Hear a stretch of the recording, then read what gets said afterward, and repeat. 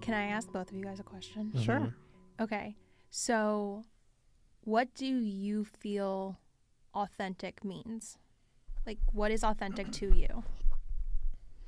As in define authentic? Yeah, like define authentic.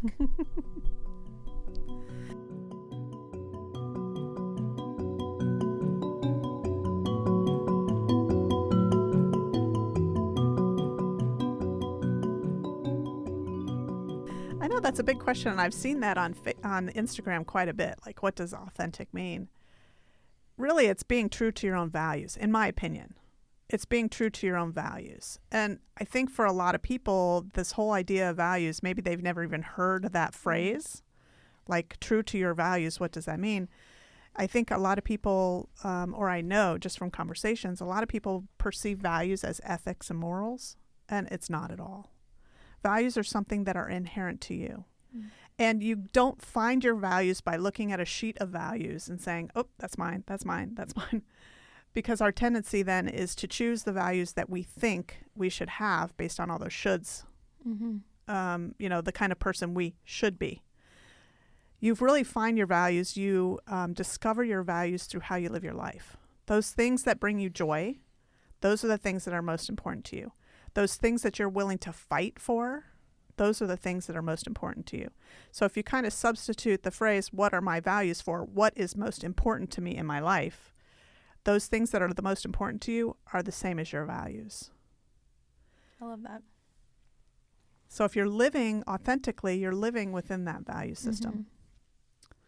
And I often tell my clients, if they're really struggling against something in their life, it's likely that they have two very important values that are opposing each other. Oh.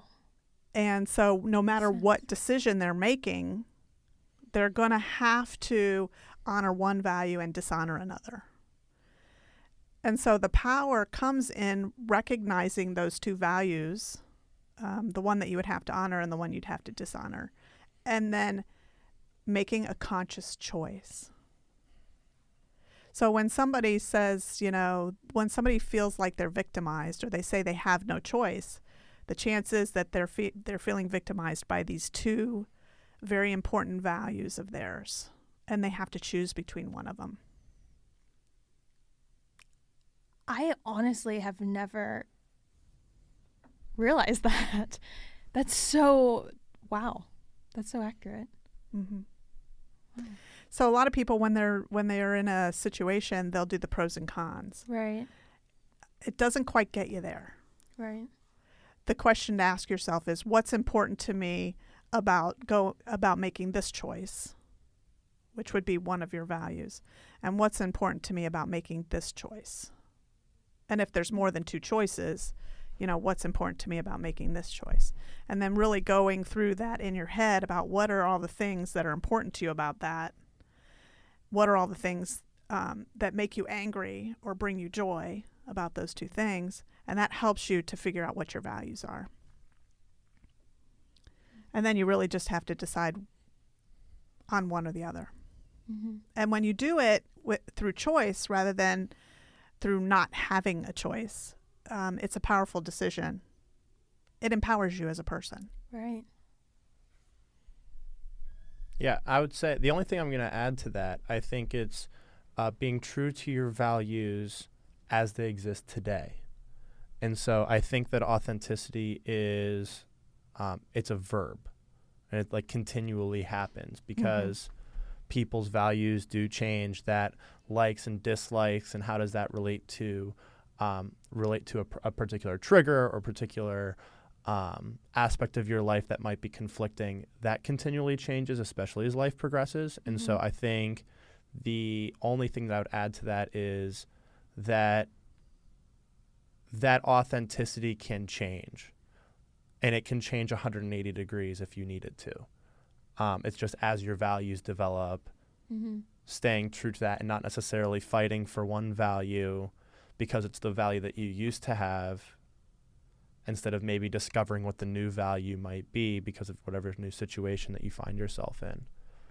And I think that's where I see a lot of inauthenticity is from people not knowing their North Star, or not knowing where they want to go or being comfortable with the way things were, and now they become inauthentic, not because they've always been inauthentic, but because maybe their value system changed and they haven't taken the time to come and accept that. So let me give you an example, because I think the idea of values is very confusing. When I was working with a personal coach, just in casual conversation, I was talking about how I was so frustrated with this driver who was in front of me that was slowing me down, which was why I was late to the coaching call. Everything is fodder for coaching conversation, right? Even just a casual off the cuff. And she said, well, what's important to you about driving without this person driving slow? Because I was so angry about it. And after we talked through it, she said, you know what? It sounds to me like a very important value of yours is freedom. I was like, oh my God. You know when you find the right word because you feel it. Like it's like getting goosebumps on your arms, right? I said, oh my God, that's so it. Everything, when I look back on my life, almost all the choices I make are based on freedom. I need to have my freedom. And you, Evan, know this about me, right? I do not like to be tied down in any way. I don't like to be told what to do. Freedom is a very important value of mine. And so when I go on a family vacation, I'm going to use this as an example because this is a great example for when I make a choice against freedom. When I go on a family vacation, I have to choose between joy with my family and freedom. And it's a very conscious choice. So there's a part of me that whenever I step into that vacation mode with family, that I shed that value of freedom. I just let it go so that I can enjoy the time with my family. I can let them choose what restaurants they want to go to. Listen to me, I say let. But, I cannot get engaged in the choices in food, the choices in activities, the times that people get up, what coffee they put in the coffee maker, all those things that are really important to me. The fact that one of my sisters drives like 5 miles an hour under the speed limit. So these are the things. These are the things that it's a conscious choice to let that go. So the reason I'm bringing this up, Evan, is because values are something that are inherent to you. They're not something that changes. It's the uncovering of values that gets deeper and deeper as we get older.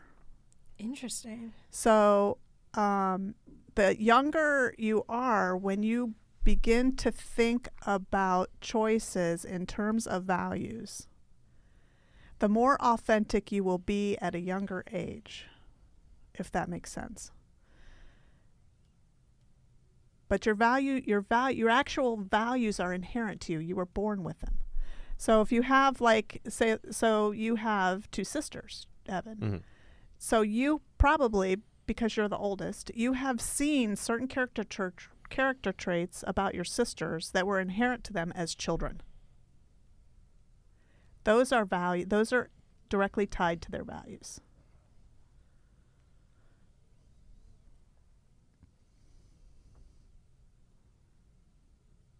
So I don't want to disagree with what you said, but the term values was probably not correct. Mm-hmm. There's probably another term because, yes, I agree. People evolve, and then what you would classify as authentic may change. But it doesn't change because their values have changed. It's changed because their understanding of their values has changed. Oh.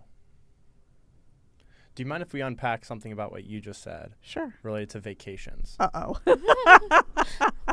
So one of the things, like in terms of people perceiving your authenticity, mm-hmm. because I think like if you're in business or you're selling something or you're even in a conversation with somebody where you're in partnership together, anything like that, people sense authentic versus inauthentic. Like I'm getting played or I'm not. Mm-hmm. But inconsistency, like with your values, makes people seem inauthentic when in reality it might be an internal thing for you. So if you were on a vacation, you did not totally shed freedom, because what I know about you being on family vacations is you do not make any decisions. I don't. You make zero. But if you at one time valued your freedom over the joy with your family, would the perception be, or could the perception be, that you were being inauthentic for part of the time? Yes. And so now that's causing massive confusion. Right. Is it like you have to pick a team and play? Well, so if I'm hearing you correctly, your choice of freedom, so now that I'm older, my choice of freedom, my choice of family over freedom is conscious. When I was younger, my choice would have been freedom over family because of where I was in my life. But the values didn't change. It's my choice within those values that changed. That's so interesting. Yeah. And the empowering aspect of it is that you are consciously choosing one over the other, which keeps you from having that feeling of being victimized, of having no choice. So often when I'm talking to people and they're in a situation, they'll say, I had no choice but to do this.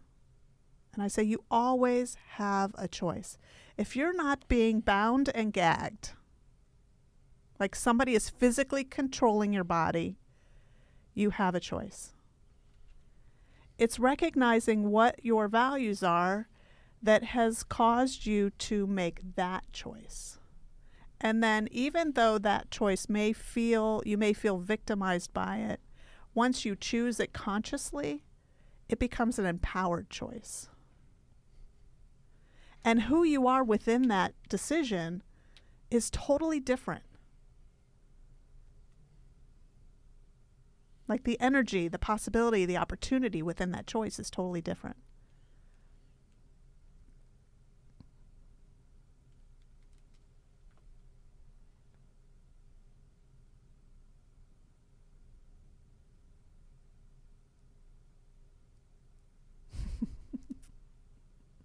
My last workshop that we did, it was a fall retreat with women. It was the first time I'd ever brought a values conversation into the mindfulness practice. And they were all just like you guys are. They were just like silent. It takes a while to really understand, I think, the power in values. Mm-hmm. And my company, Mind, Body, Align, we operate solely on core values. It's a little bit different when it's a corporate organization, right? So you do look at a sheet or decide based on what's important, well, to me, as the founder, what the values are. And not everybody within the organization is necessarily going to share those values in the same way that I do.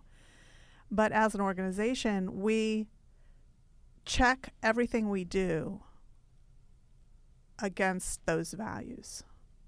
And we make sure that it's within the parameters of those values, that the choices we're making honor all those values. And if it doesn't honor a value, we know exactly why it doesn't. Like we've made a conscious choice.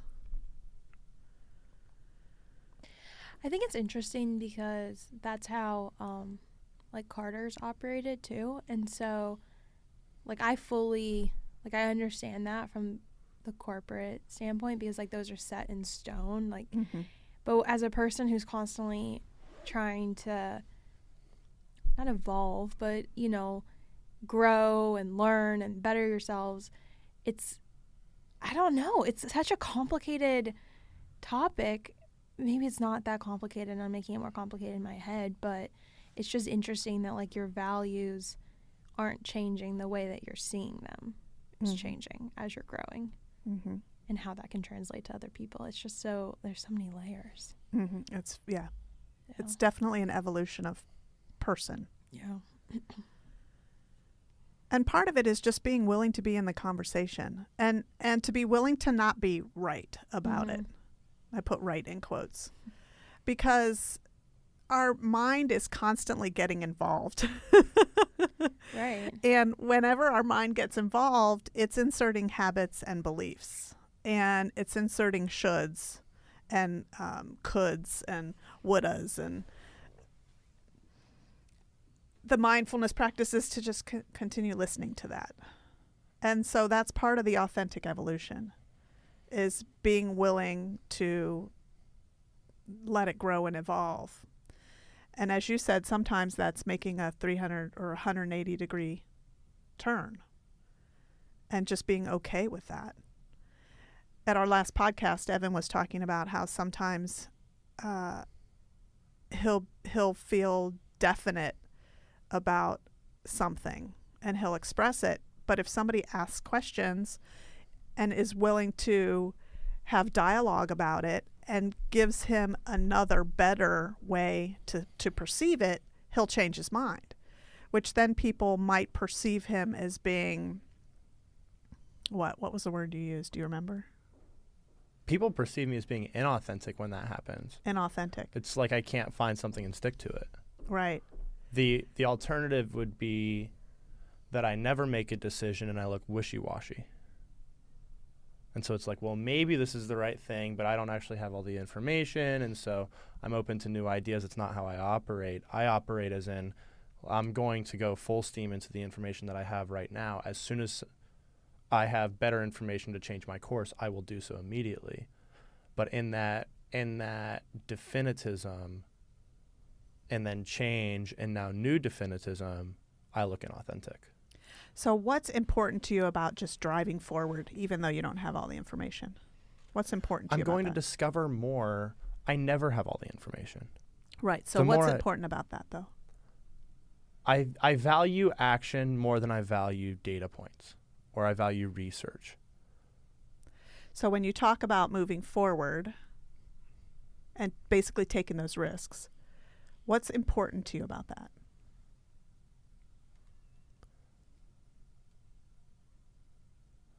We've created an environment where something new can happen, or something that we don't expect can happen. And while I will act first to a fault,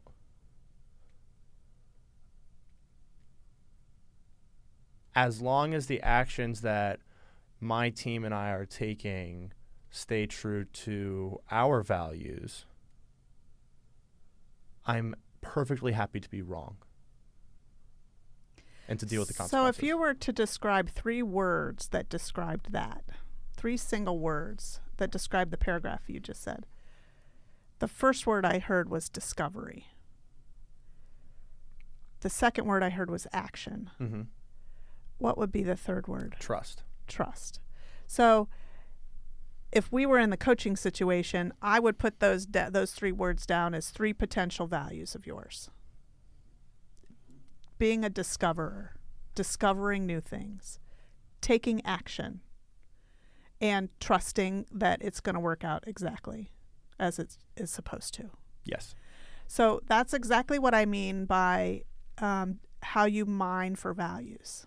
When you're mining for values, you look at the things that are most important to you in any conversation and you ask yourself, what's important about this to me? No one word is ever going to quite get you there. Like some people will say, well, it's appreciation. Well, yes, appreciation is a part of it. So I always break it down into 3 words. And those 3 words point you to someplace. They give you a fuller picture or perspective of what that value is. I have a question. Has somebody told you that seems inauthentic, or is that how you're perceiving it?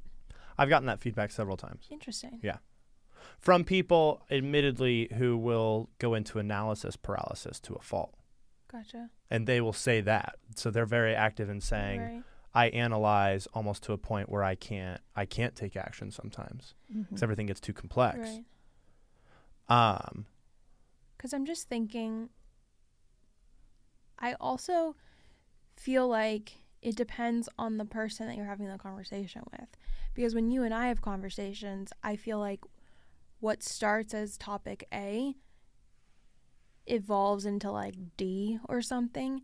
And it's not because I'm thinking that you've changed your mind and it's not an authentic thought anymore. It's just it's growing and it's changing and we're getting more information. So it's just interesting. So that's why I was just wondering. Well, I think one of the things about how you and I operate is we operate under a yes and Right. assumption. And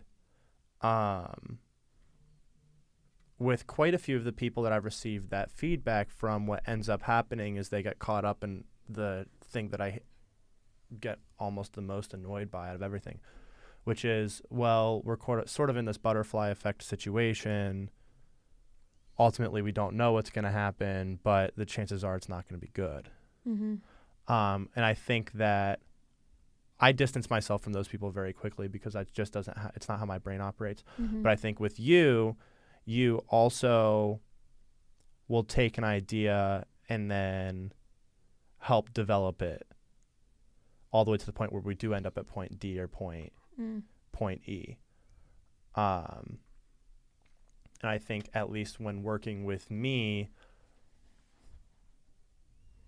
I never have a good idea if I come up with it on my own. Right. But when you and I work together, that's when we come up with something that has real value. So it kind of is the people that you're discussing stuff with. Yeah. Yeah. Yeah. But you will take something almost definitively and say, yes, this is a thing that we can do, and let's move forward. You do a little bit more research than I do, which is like, I don't even know the right Google search. And so we balance each other that way. Right.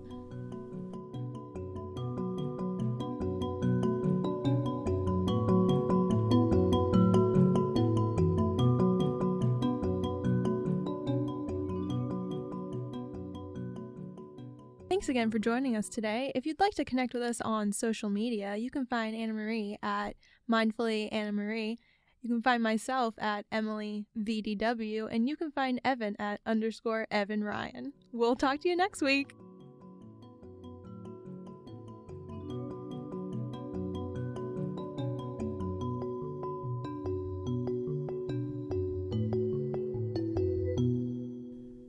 Thank you for listening to Everyday Mindfulness. Have a great day.